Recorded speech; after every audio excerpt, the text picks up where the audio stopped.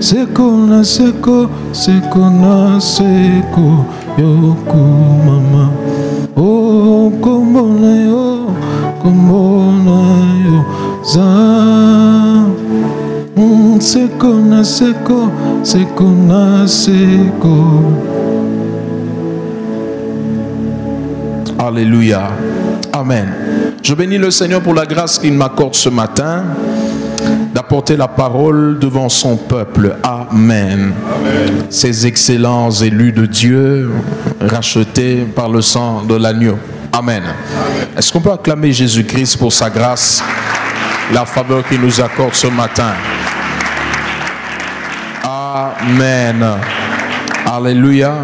Et je ne manquerai pas de dire merci aux parents, merci à Daddy, merci à Mamie pour la grâce qu'ils nous accordent d'apporter la parole ce matin. Amen. C'est une responsabilité, on aime le dire, et ce n'est pas du tout facile. Amen. Je vous épargne les difficultés par lesquelles nous sommes passés pour arriver enfin à ce palier où on pouvait entendre la voix de Dieu clairement et comprendre, capter exactement quelle était la pensée de Dieu pour toi et pour moi ce matin. Amen. Amen. Alléluia. Amen. Alléluia. Il est bon au fait d'écouter la parole de Dieu, mais il est mieux d'écouter la parole de la saison. Est-ce que tu peux dire la parole de la saison? C'est une très bonne chose d'écouter la parole de Dieu, mais c'est encore plus bien et plus avantageux, je dirais bénéfique dans une saison, d'avoir accès à la pensée de Dieu. Est-ce qu'on est ensemble? Amen. J'aimerais qu'on fasse une lecture ensemble. Nous allons lire dans le livre de Juges. Nous allons lire dans le livre de Juges, Juges chapitre 1. Juges chapitre 1, nous allons lire à partir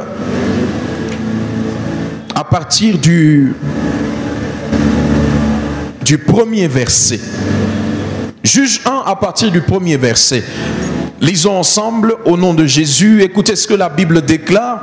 Après la mort de Josué, les enfants d'Israël consultèrent le Seigneur et dirent: qui d'entre nous montera le premier contre les Cananéens pour les combattre? Et l'Éternel répondit: Judas montera, voici j'ai livré le pays entre ses mains. J'aimerais que tu retiennes cela. J'ai livré le pays entre ses mains. Amen. Verset 3. Et Judas dit à Siméon, son frère: monte avec moi dans le pays qui m'est échu par le sort, et nous combattrons les Cananéens. J'irai aussi avec toi dans celui qui t'est tombé en partage. Et Siméon alla avec lui.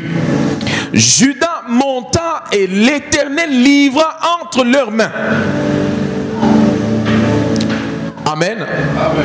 La première chose que j'aimerais introduire avant qu'on continue à lire le texte, c'est que les enfants d'Israël viennent vers Dieu. Ils demandent à Dieu. Le gars, tu comme une période, tu comme une étape, il y a conquête, il y a bataille. De nous tous les 12, quelle est la tribu qui est censée passer en avant? Parce que comme vous le savez, depuis Bazana, quand il y a désert, même campement na bango se faisait selon un certain ordre. Amen. Alors avec cette lecture ou avec cette connaissance en tête ou en esprit, il se dit, si notre repos se faisait selon un certain ordre, donc sûrement, si on doit aller combattre et conquérir, ça doit se faire selon un certain ordre. Alors ils viennent vers Dieu. Ils disent: Seigneur, nous voulons aller conquérir, mais de toutes les tribus, quelle est la tribu qui doit passer en avant? Et l'Éternel répond, il dit: Judas montera devant. Amen. Mais il ne s'arrête pas là, il dit: voici, j'ai livré le pays, pas entre vos mains, mais entre ses mains. Les mains de qui? Les mains de Judas. Mais j'ai un problème avec le verset qui suit. Celui entre les mains de qui Dieu donne la victoire, il remet le pays et il va vers son frère Siméon. Il dit: monte monte avec moi. Quand on va conquérir, moi je vais monter aussi avec toi.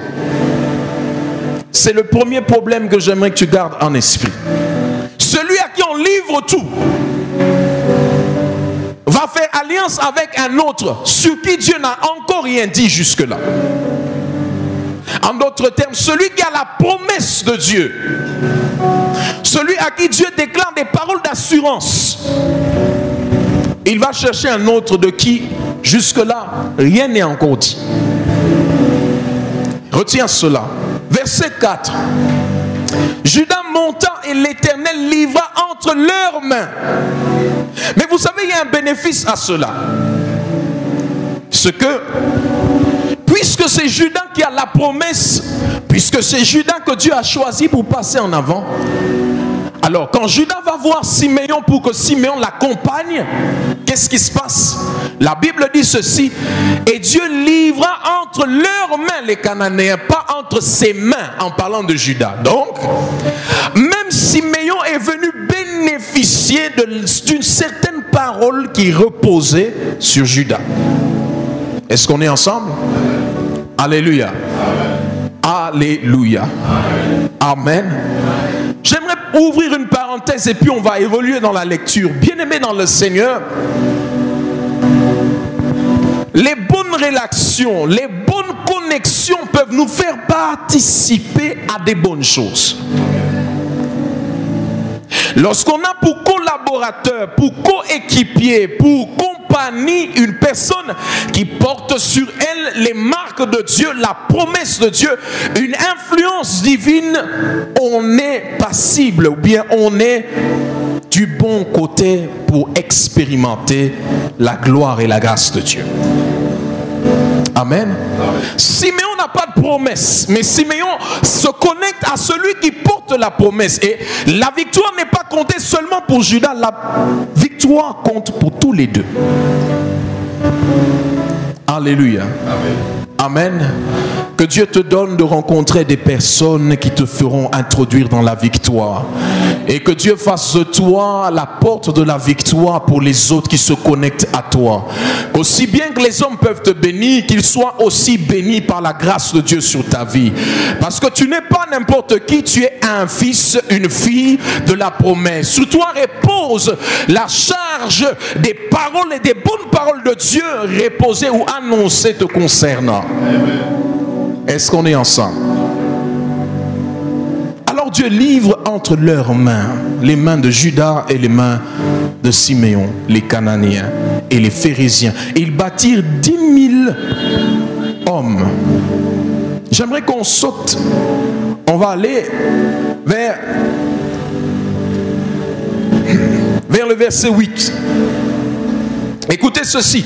Et les fils de Juda attaquèrent Jérusalem et la prirent. Ils la frappèrent du tranchant de l'épée et mirent le feu à la ville. N'est-ce pas une bonne nouvelle? Une très bonne nouvelle. Parce qu'il semble que la mission est en train de réussir. Amen. Judas est en train d'avancer dans sa conquête. Judas est en train d'avancer dans sa mission, dans ce qu'il s'est établi comme projet, comme ambition. Il est en train de conquérir par l'épée, il est en train d'obtenir des victoires. Mais le verset qui va constituer le thème de ce matin, c'est le verset 19. Juge verset 19. Si tu as une Bible en papier, tu tournes. Si tu as une Bible numérique, tu glisses vers le haut. La Bible déclare ceci: l'Éternel fut avec Judas. Et Judas se rendit maître de la montagne. Mais il ne put chasser les habitants de la plaine parce qu'ils avaient des chars de fer. Je répète la lecture. L'Éternel fut avec Judas. Judas se rendit maître de la montagne. Mais il ne put chasser les habitants de la plaine parce qu'ils avaient des chars de fer. Le thème que nous allons aborder ce matin est intitulé « Un grand Dieu, virgule, mais ». Un grand Dieu, mais. Un grand Dieu, mais. Ce texte, en fait, faisait partie de mon étude personnelle de la Bible. Mais une fois arrivé vers ce verset, je me suis retrouvé devant un paradoxe. Un paradoxe, c'est un conflit entre deux idées qu'on met ensemble. En réalité, qui ne doivent pas être mis ensemble, mais cependant, ils sont mis ensemble. C'est un conflit, je n'arrivais pas à comprendre. Ma première question est celle-ci. Le verset 19 nous dit que l'Éternel fut avec Judas. Et ça a eu comme résultat, premier résultat, Judas se rendit maître de la montagne. En d'autres termes, il a pris possession de la montagne. Mais on ne s'arrête pas là. Le verset ou la phrase qui suit juste après dit « Mais il ne put chasser les habitants de la plaine parce qu'ils avaient des chars de fer. » Bien-aimé dans le Seigneur, Judas a l'appui de l'Éternel. Et cet appui lui a octroyé une victoire sur la montagne. Il a possédé la montagne. Mais il n'a pas pu posséder la plaine. La Bible dit, il n'a pas pu vaincre ou chasser les habitants de la plaine. Est-ce que c'est parce que l'Éternel n'est que le Dieu des montagnes? Est-ce que c'est parce que l'Éternel n'est puissant que sur la montagne? Est-ce que c'est parce que Dieu ou l'Éternel n'est que présent sur la montagne? Est-ce que c'est parce que Dieu est efficace seulement sur la montagne? Est-ce que quelqu'un me suit jusque-là? Ça, c'est la première question que je pose. Mais la deuxième question, c'est que le texte continue en disant parce que ceux qui habitaient la montagne avaient des chars de fer. Si le texte nous dit que ceux qui habitaient la plaine avaient des chars de fer, donc ça veut dire que Judas s'est retrouvé devant un peuple avec une technologie qu'il n'avait pas encore combattue avant.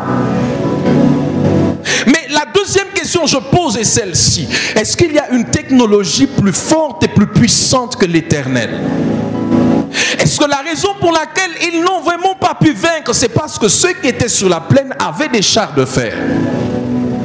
Est-ce que le fait qu'ils ont possédé des chars de fer avait un impact sur l'Éternel ou sur Judas? Est-ce que tu sais Longo? Nalwa on a lingala. Amen. Balobi Yahweh azalaki na Judas. Judas a longi montagne ngomba ya Jérusalem. Amen. Et comme il possession nae. Mais bato bazali na luboako, c'est ça non, la plaine. Amen. Bato bazali na plaine, na luboako. Judas n'a pas pu chasser ceux-là afin de posséder leur terre. Raison zanini Bible et lobby pour bazali na bachar, char ndepe na boblimbisanga na ebite sona linga lezani.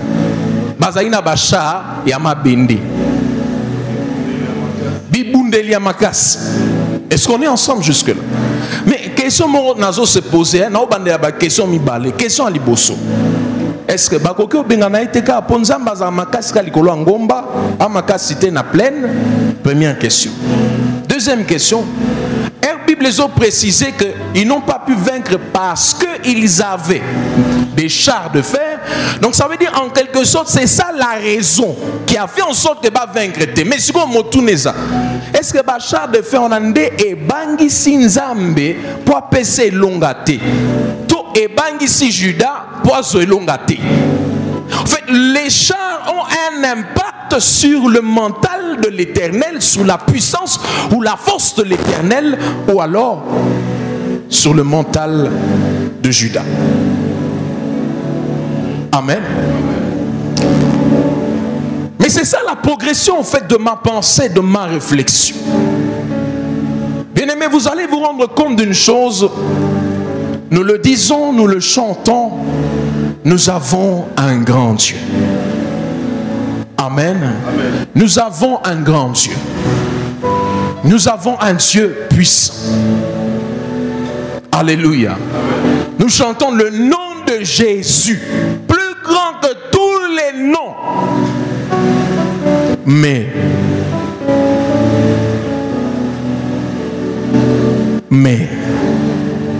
en fait, cette pensée ou cette prédication de ce matin est en train de cibler un groupe de personnes précis. C'est le groupe de personnes qui ont eu une victoire hier, mais qui sont incapables d'avoir une victoire aujourd'hui. C'est le groupe de personnes qui professent avoir un grand Dieu, mais dans la réalité, ils n'expérimentent pas ce grand Dieu. C'est le groupe de personnes qui croient en l'existence d'un Dieu puissant, mais cette puissance n'a pas encore été totalement expérimentée. Je parle d'un peuple qui sait qu'il porte les promesses de Dieu. Il sait que Dieu est avec moi. Il sait que Dieu m'aime. Mais en réalité, l'expérience dit le contraire de ce qui est confessé ou professé. Et la question que je me pose, c'est que qu'est-ce qui peut faire en sorte qu'un enfant de Dieu tombe et vive ce paradoxe, ce conflit? Le conflit entre la grandeur de Dieu et l'échec dans la vie. Le conflit entre le Dieu guérisseur et une maladie qui perdure. Le conflit entre la promesse qui parle de la réussite de la conquête et une incapacité d'accéder à l'endroit qui avait été promis.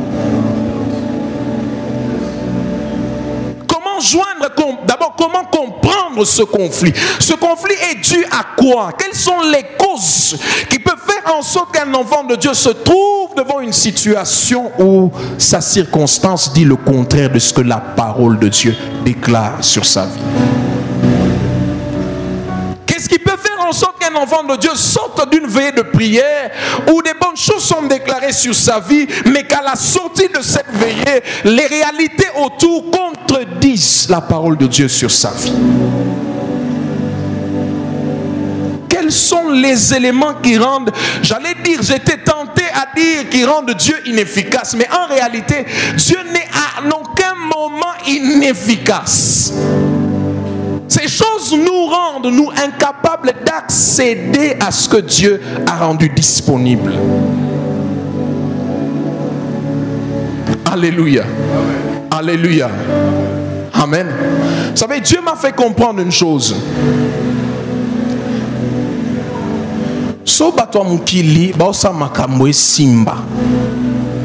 Nous encore plus. So mutakati kingwa soso asopi makila alobi maloba et simbi, nous encore plus.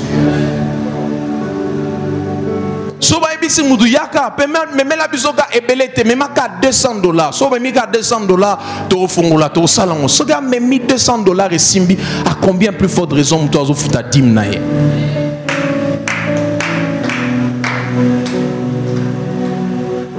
Mais qu'est-ce qui peut faire en sorte qu'un enfant de Dieu ne puisse pas vivre la main de Dieu comme il est censé vivre la main de Dieu? D'après ce exemple, illustration moro facile. Autant que nous sommes te dire qu'il y a des principes qui existent, des principes établis. Est-ce que tu peux dire principe établi? Est-ce que tu peux dire plus fort principe établi?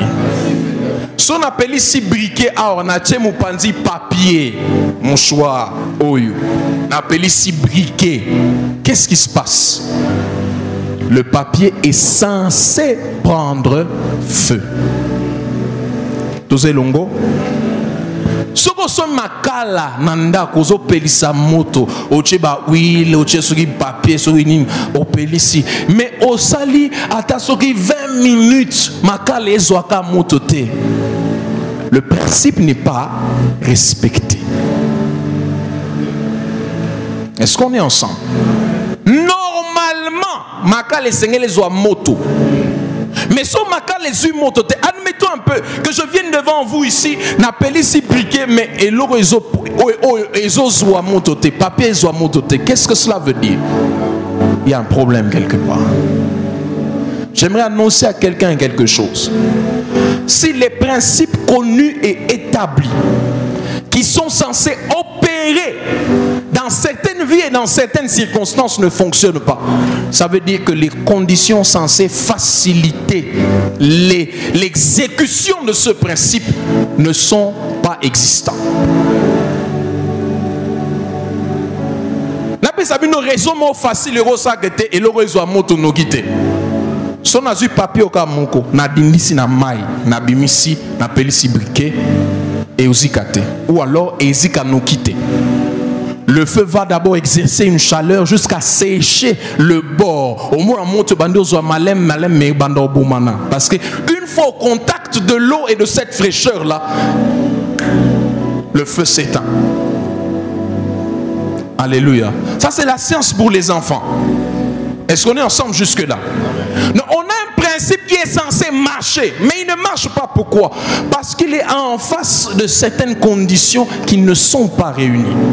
La Bible déclare celui qui sème fait quoi? Moissonne. Donc une semence qui tombe en terre est censée pousser, croître. Mais lorsqu'on sème et que au bout des années et des années ça ne sort pas, ça veut dire que le principe de la semaille est respecté, mais les conditions de la croissance ne sont pas respectées. Il n'y a pas que la qualité de la semence qui définit la grandeur ou l'abondance de la récolte. La qualité de la terre en est aussi pour beaucoup sur la récolte. Alléluia. Amen. Par là, qu'est-ce que je veux dire? Lorsque Judas vient combattre, ou lorsque Judas veut se présenter, veut attaquer ceux qui habitent la plaine, il y a un principe qui ne marche pas, qui ne fonctionne pas. Et c'est dû à quelque chose. Dis avec moi, c'est dû à quelque chose. Bien-aimé, j'aimerais te soumettre ce matin et j'aimerais te suggérer ce matin que certaines des fois, lorsqu'on rencontre des murs, des échecs, des défaites,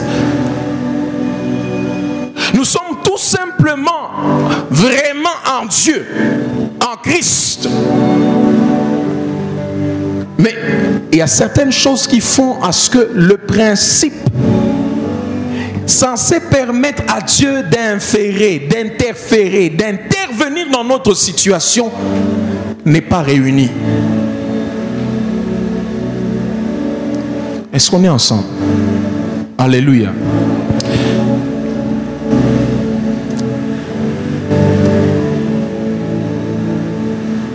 Avançons. Amen. Amen. Alléluia. Alléluia. Vous savez, même nos chansons, certaines de nos prières, de plus en plus continuent à confirmer que la vie nous a tenus en échec.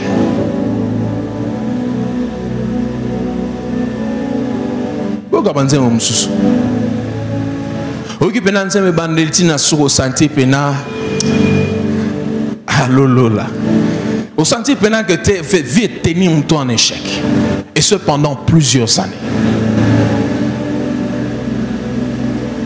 Bien aimé, est-ce que le Saint-Esprit peut nous faciliter la tâche ce matin? Alléluia. Est-ce que le Saint-Esprit peut nous faciliter la vie aujourd'hui? Amen. Alléluia. Dis avec moi, c'est possible. Vous savez, quand on regarde les autres et on regarde nous, on a l'impression qu'on a des dieux différents. Il y a un Dieu pour les Américains, il y a un Dieu pour les Français, il y a un Dieu pour les Africains et il y a un Dieu spécial pour le Congolais. Alléluia. Ce Dieu-là, pour qu'il exerce, pour qu'il agisse, pour qu'il visite, il faut, en fait, beaucoup de choses doivent être faites. On a un Dieu spécial à nous. J'aimerais qu'on lise un texte. Je veux détruire ce mensonge de l'ennemi au nom puissant de Jésus-Christ. Romains chapitre 10, le verset 12. Romains chapitre 10, le verset 12. Romains 10, le verset 12. Écoutez ce que la Bible déclare. Il n'y a aucune différence, en effet, entre le juif et le grec. Puisqu'ils ont tous un même Seigneur qui est riche pour tous ceux qui l'invoquent. Je vais répéter la lecture. Il n'y a aucune différence en effet entre les Juifs et les Grecs, puisqu'ils ont tous un même Seigneur qui est riche pour tous ceux qui l'invoquent. Alléluia. Est-ce que tu peux dire avec moi le même Seigneur? Les Américains et nous, nous avons le même Seigneur. Alléluia. Et ce même Seigneur est riche pour tous. Le mot riche ici veut dire qu'il a tout ce qu'il faut. Il est dans l'abondance. Il est dans la capacité de servir tout le monde sans jamais sécher. J'aimerais dire à quelqu'un que les Américains n'ont pas fini tout ce qu'il y a en Dieu. Alléluia. Il est la source intarissable.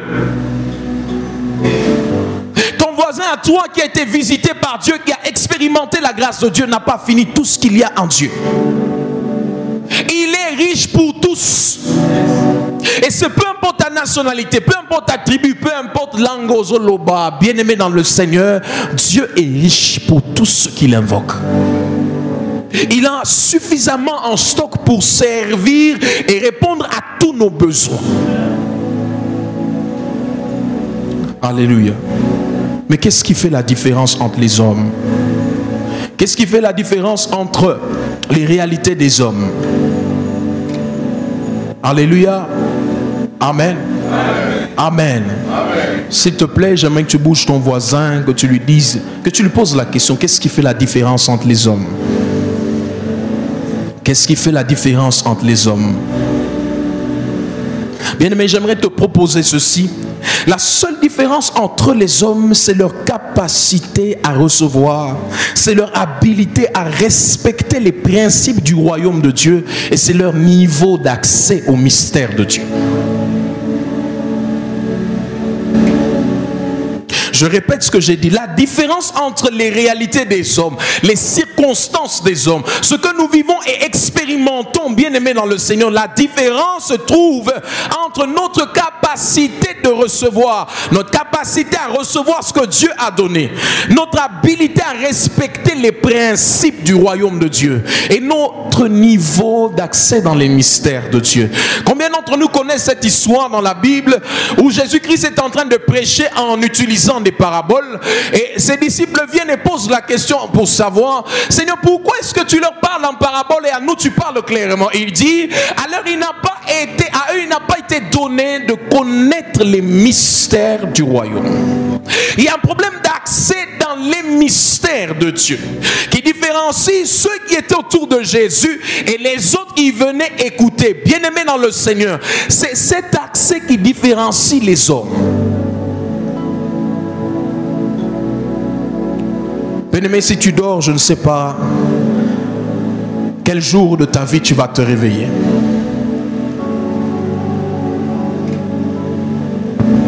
Alléluia. Amen. Je ne sais pas quel est le jour de ta vie où tu vas te réveiller. Vous allez vous rendre compte que même quand on sert Dieu, celui-là sert Dieu à un certain niveau. Pose-toi la question: à quoi est-ce qu'il a eu accès? Qu'est-ce qu'il a connu? Qu'est-ce qu'il a vu en Dieu? Qu'est-ce qu'il comprend en Dieu? Quelle est sa façon de recevoir lorsque Dieu parle sur sa vie?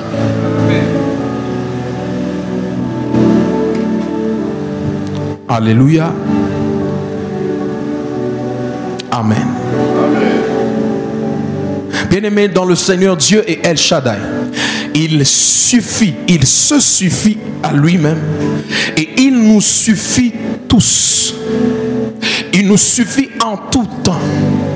Tous les habitants de la terre peuvent venir puiser en Dieu et Dieu ne sera jamais, alors jamais à court de ressources.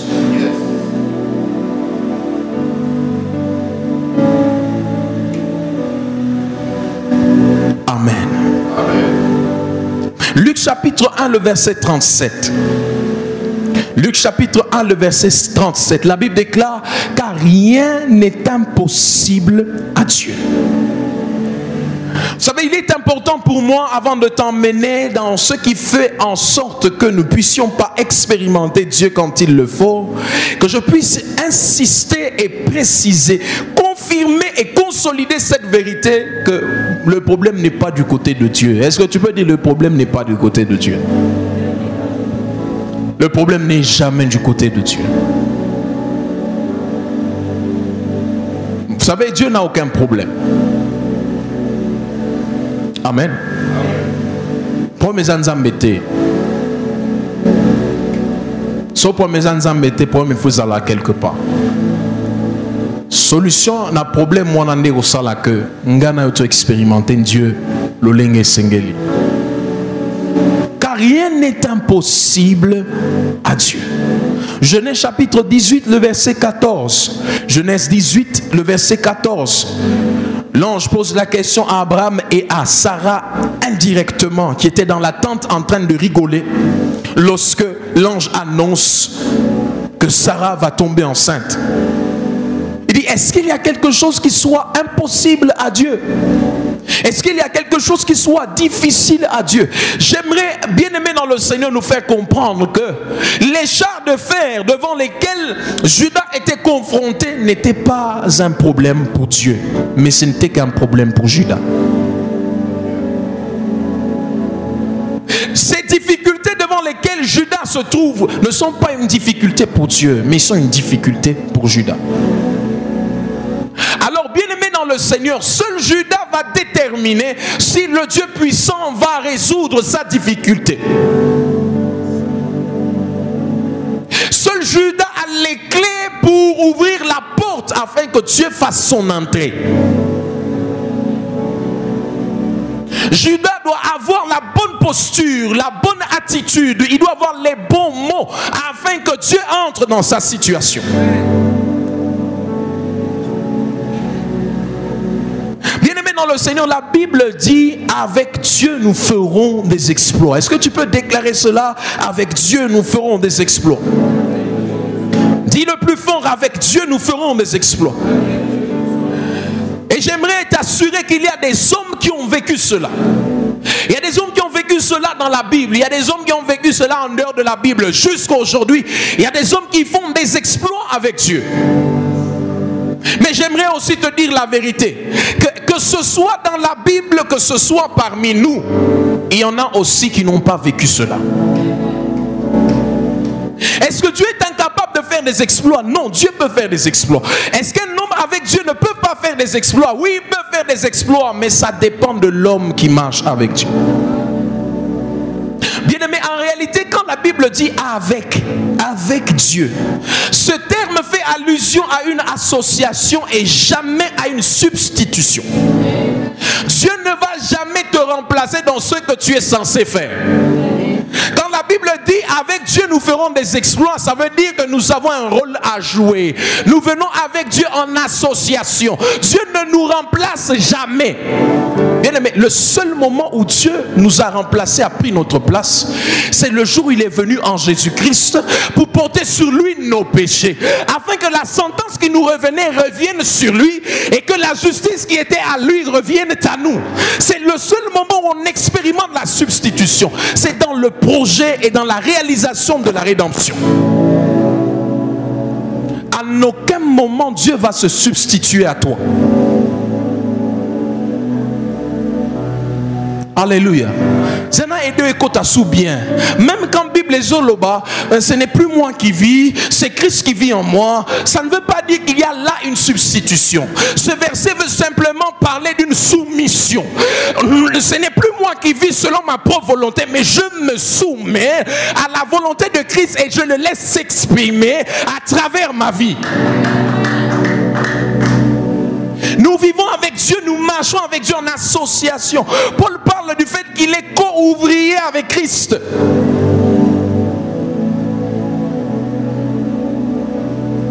Alléluia. Moi, je suis oui, et ensemble, même mariage, je vais la caillou, que vous pas non. Ici, il faut le oui, nous allons mettre le oui pour nous. Et si vous voulez que nous pour préparer l'examen, nous allons mettre le temps pour nous. Quand nous marchons avec Dieu, Dieu ne se substitue pas. Dieu nous vient en aide, Dieu nous rend capables, Dieu nous donne les choses qu'il nous faut, il nous équipe afin que nous puissions accomplir les choses qu'il attend de nous. Est-ce qu'on est ensemble? Alléluia. Je sais que dans la pensée de nous tous, dans nos imaginations les plus fous, les plus folles, j'allais dire, c'est que Tomi Lobara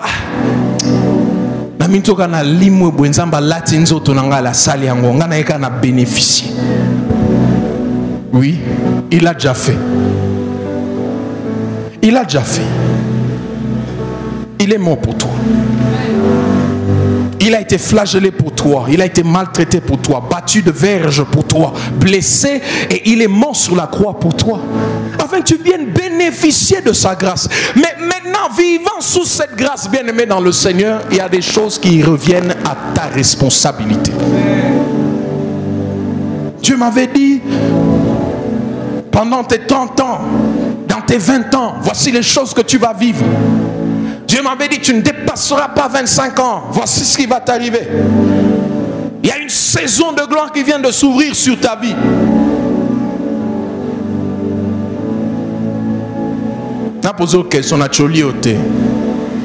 Où est cette gloire?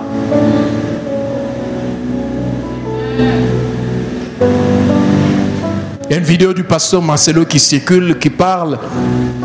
Il donne l'exemple, Lobaki. Anéopena na rokoma outste na robimanda kwa ba parents out DG koki osaka et pas parents. Où est cette gloire dont tu as parlé?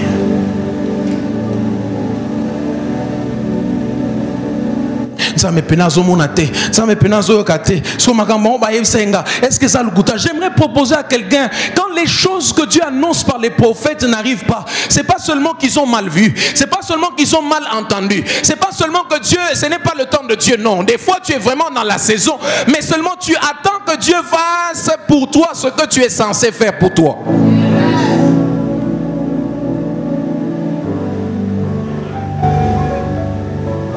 Si tu vas laisser cette parole pénétrer ton cœur, s'asseoir et diriger tes actes, diriger tes décisions après ce culte, bien-aimé dans le Seigneur, tu es dans la bonne route pour expérimenter la gloire de Dieu. Parce que promesse est sieza, ngolo est sieza, zambe aze longonayo. Est-ce que ce n'est pas le même Dieu de Gédéon qui dit je serai avec toi? Il a dit à Moïse, je serai avec toi, je serai avec ta bouche. Écoutez ceci. Dieu dit à Moïse, il dit, je te ferai Dieu devant Pharaon. Amen. Alléluia. Alléluia. Je te ferai quoi? Dieu devant Pharaon. Pharaon a déjà vu Dieu. Pharaon avait Moïse devant lui. Et les œuvres que Dieu a accomplies à travers Moïse dépendaient totalement de l'obéissance et de la foi de Moïse aux paroles de Dieu. Sans quoi Israël resterait et attendrait que Dieu suscite un nouveau libérateur.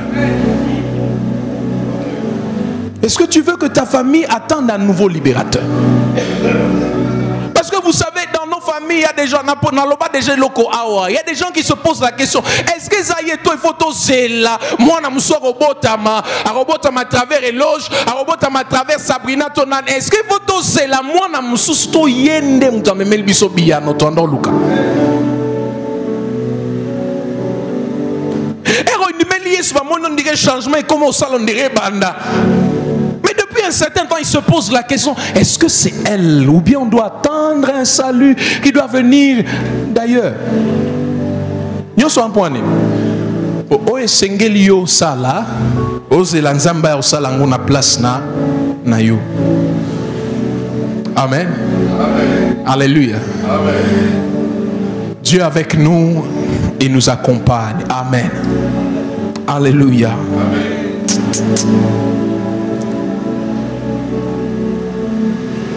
Bien-aimés, dans cette marche avec le Seigneur, nos actes, nos décisions peuvent avoir un impact positif ou négatif sur nos vies. je répète, l'impact de, nos actes, nos décisions peuvent avoir un impact dans nos vies. Et cet impact peut être négatif ou positif. J'aimerais soumettre à quelqu'un ce matin que nous ne sommes pas des robots que Dieu est en train de télécommander quelque part. Qui n'est à gauche, qui n'est à droite. Dieu ne nous télécommande pas, nous ne sommes pas des robots. En fait, vous savez, quand on parle souvent de la place de la décision de l'homme, de la foi de l'homme, nous ne cherchons pas à réduire la souveraineté de Dieu. Ce matin, bien-aimé, ce que je suis venu t'annoncer, ce n'est pas une façon pour moi de réduire la souveraineté de Dieu. En réalité, c'est que la souveraineté de Dieu, en fait, c'est dans sa souveraineté qu'il a décidé de te créer avec une volonté souveraine. C'est sa volonté que tu décides. Que tu décides de le suivre ou que tu refuses de le suivre. Que tu décides de croire ou que tu décides de ne pas croire en ce qu'il annonce dans ta vie. Que tu décides d'obéir ou de désobéir à ce qu'il te dit. C'est ça sa volonté. Alors si tu continues à croire tout le temps que Nzamba Osalango, déjà Loaga Osalango Osalango. Nous sommes comme à niveau de sopa moni Osalango bete, asal n'a pété. Bien aimé, soit asal n'a pété. Nzamba souffrir, te yonde mto souffrir. Oh souffrir, lobi nangata papa. Ozo souffrir.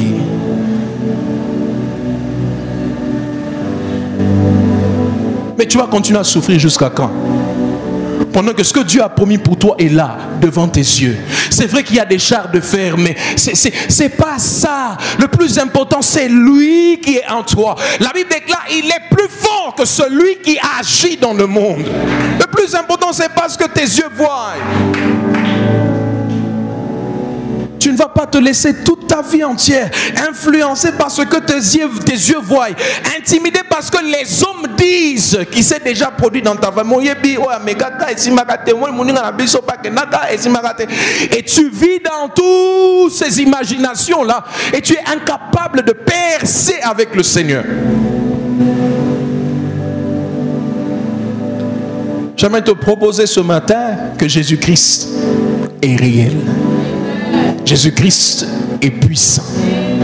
J'aime cette phrase. La Bible déclare: à combien de fortes raisons serons-nous jugés si nous rejetons un si grand salut? Écoute, retiens cette phrase, un si grand salut. Si ce que tu as reçu dans ta vie est un si grand salut, la grandeur au fait est accessible et possible dans ta vie. Un si grand salut parce que ça impacte toutes les parties, les portions, les chambres de ta vie. Il n'y a aucune dimension de ta vie qui ne peut pas être touchée et transformée par ce si grand salut que nous avons obtenu en Christ Jésus. Mais qu'est-ce qui fait en sorte que ça ne marche pas? Alléluia. Bien-aimé, pour démontrer que nous occupons une place importante dans la relation avec Dieu et que les choses qui nous arrivent ne sont pas toujours le fruit d'un hasard. Ils ne sont d'ailleurs pas le fruit d'un hasard. Mais comme certains le pensent que c'est le fruit de la souveraineté de Dieu. Nzambenda alengi bongo. Ezanzambe obi Bible lobi na situation yon surtout rendre grâce. Oso rendre grâce même pour na makambo yo décision pe foi na yo ko changer. Et tu rends grâce aujourd'hui, tu rends grâce demain, tu rends grâce après-demain. Pour des choses qui peuvent changer, qui doivent d'ailleurs changer.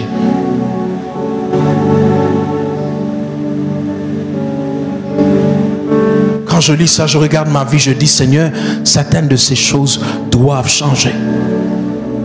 Parce que la possibilité du changement est là en Christ Jésus. Tout est possible.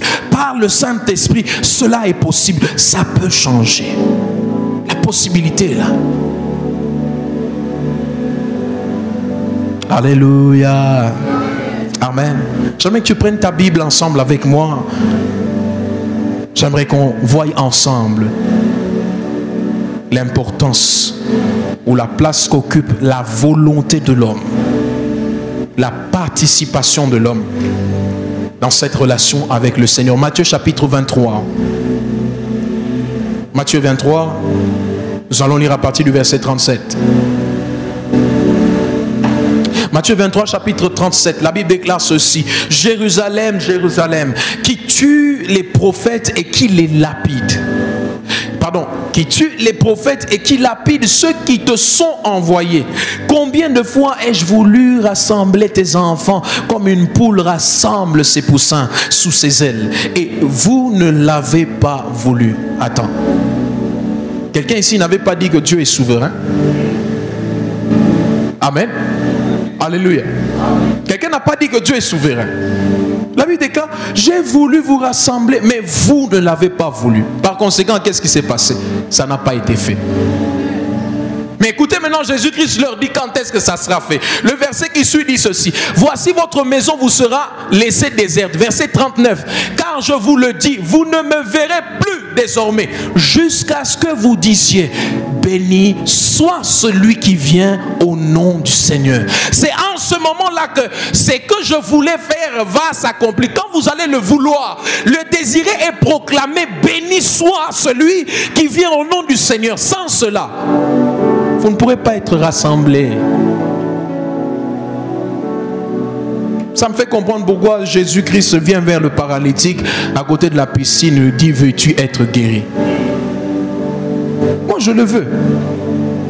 Bien aimé, j'aimerais faire comprendre à quelqu'un: Dieu veut que tu guérisses. Christ a payé le prix pour que tu sois guéri. Dieu veut que ta situation change. Dieu veut que ton foyer soit restauré. Dieu veut que tes entreprises réussissent. Dieu veut que tu puisses percer, que tu aies de l'avant, que ton histoire change. Dieu veut que tu sois une nouvelle créature, une nouvelle personne, même aux yeux des hommes. Dieu le veut. Mais est-ce que tu es prêt? Alléluia. Est-ce que tu es prêt? Est-ce que tu es prêt? Nous allons lire aussi Jean chapitre 16, le verset 12 au verset 14. Jean 16, verset 12 au verset 14. La Bible déclare ceci: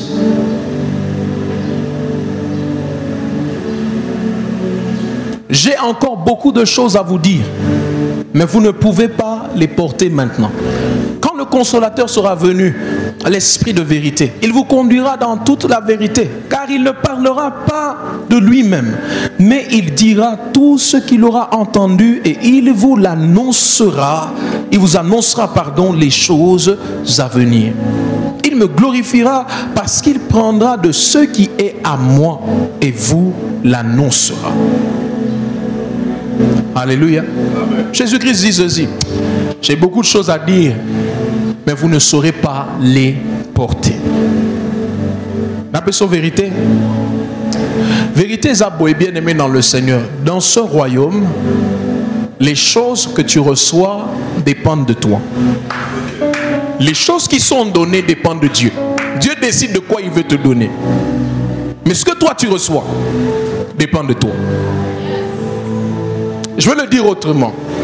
La qualité des choses qui sont données dépendent de Dieu. C'est lui le fabricateur. C'est lui qui fabrique, le fabricant, j'allais dire. C'est lui qui forme, celui qui est en train de forger, de préparer ce qu'il veut transmettre. La qualité dépend de lui, mais la quantité dépend de toi. Est-ce que je peux pousser plus loin? Bien aimé, même le temps auquel tu reçois les choses que Dieu a déjà livrées dépend de toi. Vous savez ce que na boutique lelo, boutique ni linga okende. Supermarché ni linga okende, loba makasi.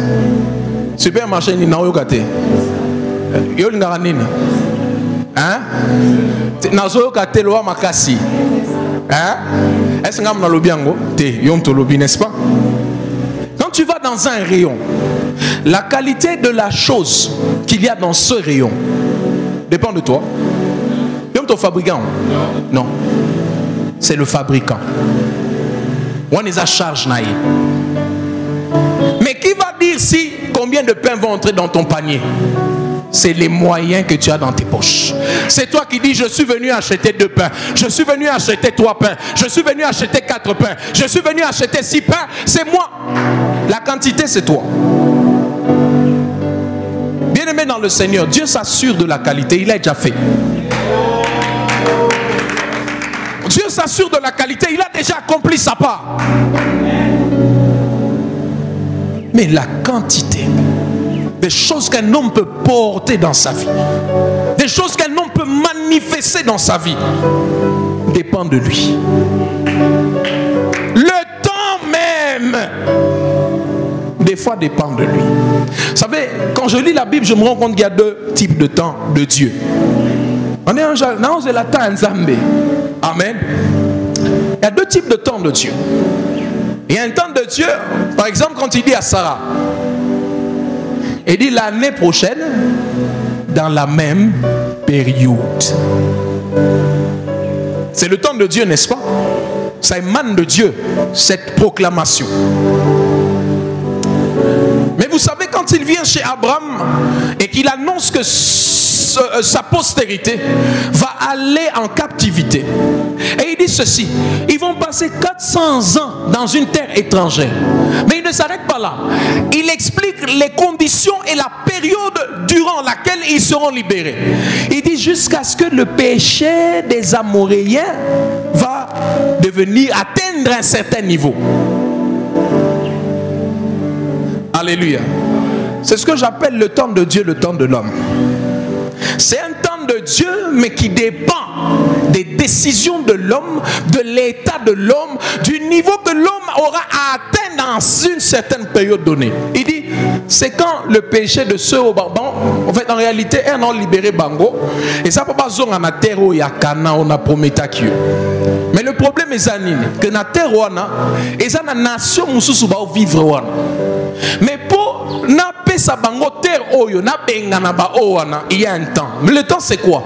Le temps c'est que masumu na bango esengeli mate comme à niveau pena kopo, on parle de la coupe, que la coupe de leur péché puisse déborder. C'est en ce moment-là précis. Combien d'entre nous savent que si le péché des Amoréens avait fait 200 ans, Dieu libérerait les enfants d'Israël en 200 ans, après 200 ans. Si le péché des Amoréens pour atteindre le niveau pour juger Bango, exterminer Bango, avait pris 500 ans, le temps de Dieu serait 500 ans. Vous vous rendez compte que Dieu, dans sa souveraineté, s'impose d'être limité par les décisions que l'homme va prendre. Tout autant inversé, non. Vous ne me verrez plus jusqu'à ce que vous disiez quoi? Béni soit celui qui vient au nom. Donc ça veut dire le jour où le peuple Israël se lève, leurs yeux s'ouvrent, ils comprennent que c'est Jésus-Christ le Sauveur dont il était question. Ça sera là le temps.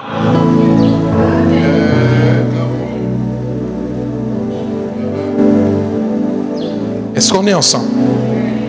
Mais des fois ta situation peut changer jusqu'à ce que tu comprennes, jusqu'à ce que tu connaisses Dieu comme il se doit, jusqu'à ce que tu te disponibilises, jusqu'à ce que tu obéisses. On est plus dans le sacrifice, on oublie que l'obéissance vaut mieux que le sacrifice. Tout ce que Dieu attend, le temps de Dieu en fait pour toi, c'est jusqu'à ce que tu obéisses, jusqu'à ce que tu dises oui Seigneur, mais voici, parle-moi. On pense que le temps de Dieu c'est toujours janvier. Tu sais, dans 4 mois. Dans 4 mois, sinon à ma parole. Bien aimé, ce n'est pas toujours le cas. Voilà pourquoi on là-bas n'est pas le cas. Mais ce que Dieu a réellement dit ne se manifeste pas. Étant quelqu'un utilisé des fois aussi dans le prophétique, je sais une chose. Je l'ai dit ici, j'ai partagé avec vous. Le message de Dieu, la parole de Dieu peut venir dans le cœur du vase par lequel il décide de passer. Mais ce vase, par orgueil, peut y ajouter des éléments. Dieu peut avoir dit seulement au prophète que je vais visiter cette famille et que le prophète ait ajouté une date à cela. Alléluia. Je vous parle avec sincérité. Amen. Amen. Alléluia. Alléluia. Le dénominateur commun, c'est quoi? C'est que c'est la parole de l'Éternel. Mais puisque nous sommes co-ouvriers avec Dieu, nous participons ensemble avec lui, nous marchons ensemble avec lui. Nos décisions, nos actes sont importants pour vivre ce que Dieu a annoncé. Alléluia. Amen. J'aimerais terminer en disant ceci. En réalité, vous allez vous rendre compte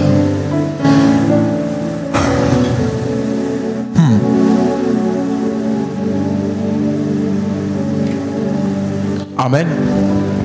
Alléluia. Écris avec moi Jérémie chapitre 17, le verset 4. Jérémie 17, le verset 4. Jérémie 17, le verset 4. La Bible dit quelque chose que j'aime beaucoup. Il dit, par ta propre faute, tu perdras l'héritage que je t'ai accordé. Par ta propre faute, tu perdras l'héritage que je t'ai accordé. Dieu donne toute la terre de Canaan comme héritage au peuple d'Israël. Et il dit, voici ce qui va se passer. Judas, tu vas passer en avant. Mais vous allez vous rendre compte que dans la période de la conquête, Judas prend la montagne et ne prend pas la plaine. Pourquoi? Parce que les habitants avaient des chars de fer. Bien-aimés dans le Seigneur,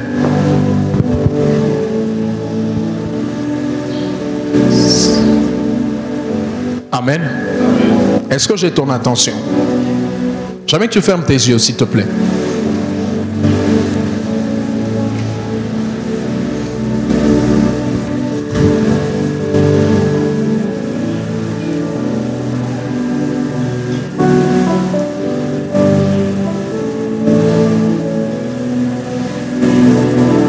Dieu a prévu des grandes choses pour toi. En Christ, Dieu a disponibilisé tout ce dont tu as besoin. Mais ce matin, s'il te plaît, prends la décision de marcher vers elle. Prends la décision d'abandonner ce qu'il y a à abandonner, pourvu que tu atteignes, pourvu que tu expérimentes, pourvu que tu voies ce que l'Éternel a déclaré te concernant.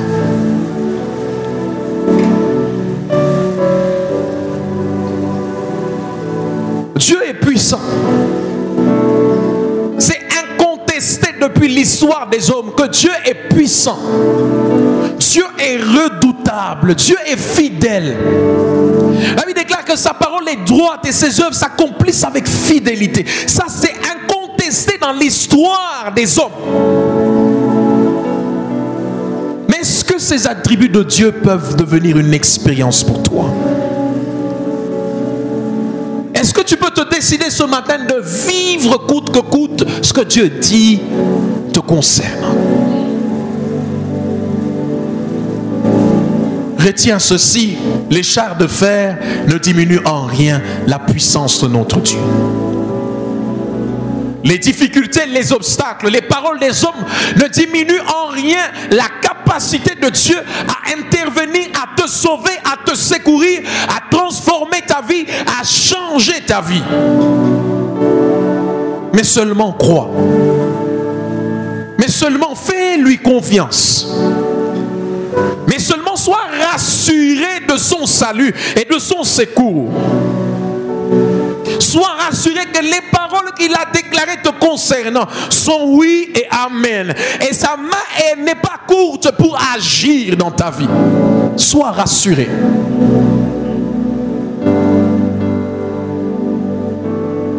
Qu'auparavant, si Dieu te regardait, tu étais un douteux comme Thomas, celui qui attend de voir avant de croire. Qu'à partir de cette parole, que tu croyes aveuglement et que tu suives son chemin. S'il l'a dit, il le fera. Ce ne sont pas les chars qui vont l'arrêter. Ce ne sont pas les chars qui vont l'arrêter. Ce n'est pas les déceptions qu'on reçoit des hommes qui vont empêcher au plan de Dieu sur nos vies de s'accomplir. S'il a dit que tu atteindras le nord, tu atteindras le nord, et cela est ainsi au nom de Jésus. Cela sera ainsi au nom de Jésus. Mais seulement décide de jouer ta part. Joue ton rôle. Il a dit à Josaphat, vous n'avez pas à combattre dans ce combat. Moi, l'Éternel, je combattrai pour vous. Mais seulement, bien-aimé, j'aimerais t'annoncer ce matin, même si c'est Dieu qui doit combattre, Josaphat doit prendre toute son armée et venir au lieu du rendez-vous. Venir sur la montagne, adorer et célébrer Dieu. C'est là qu'il peut voir l'intervention de Dieu. Si Josaphat a peur et qu'il reste il reste dans sa terre et dans son palais, il ne verra pas cette victoire. Il faut que Josaphat se lève, rassemble les troupes, rassemble les sacrificateurs, rassemble les joueurs de flûte et de lutte, qu'il les emmène sur le lieu du rendez-vous et qu'il célèbre seulement. Qu'il célèbre seulement.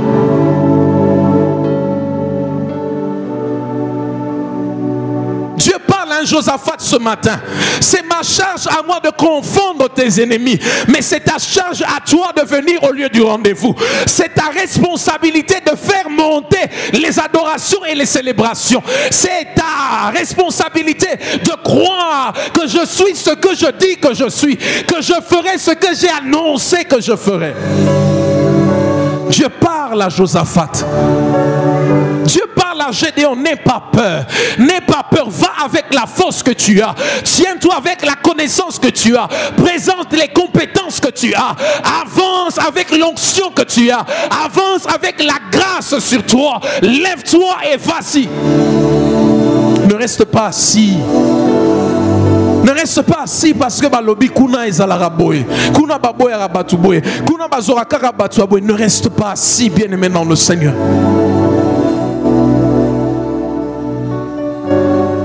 Ne reste pas assis, bien-aimé dans le Seigneur. Je parle prophétiquement ce matin. Dieu parle à quelqu'un qui est dans une mauvaise connexion. Dieu t'a parlé plusieurs fois de cette relation. Dieu t'a parlé plusieurs fois de cette connexion. Que ça va te créer des problèmes. Que ça va te créer des problèmes. Que ça va t'emmener à pécher. Ça va t'emmener à gauche. Ça va t'emmener à droite. Mais tu persistes et tu te plains que rien ne marche. Tu te plains que tu vis des échecs. Bien-aimé dans le Seigneur, sépare-toi et tu verras la gloire de Dieu. Sépare-toi et tu verras la visitation de Dieu. Accepte de te séparer et tu verras la main de Dieu étendue sur toi. Tu témoigneras la grâce et la faveur de Dieu. Fais juste ta part. Joue ton rôle. Plusieurs personnes souffrent, bien-aimés dans le Seigneur. Et le problème, c'est seulement qu'ils se sont mis dans une mauvaise relation. Ils sont tout le temps à la montagne, en train d'invoquer Dieu, de briser les liens, de couper les liens. Or, le problème, c'est la relation. Et il s'est connecté à la mauvaise source.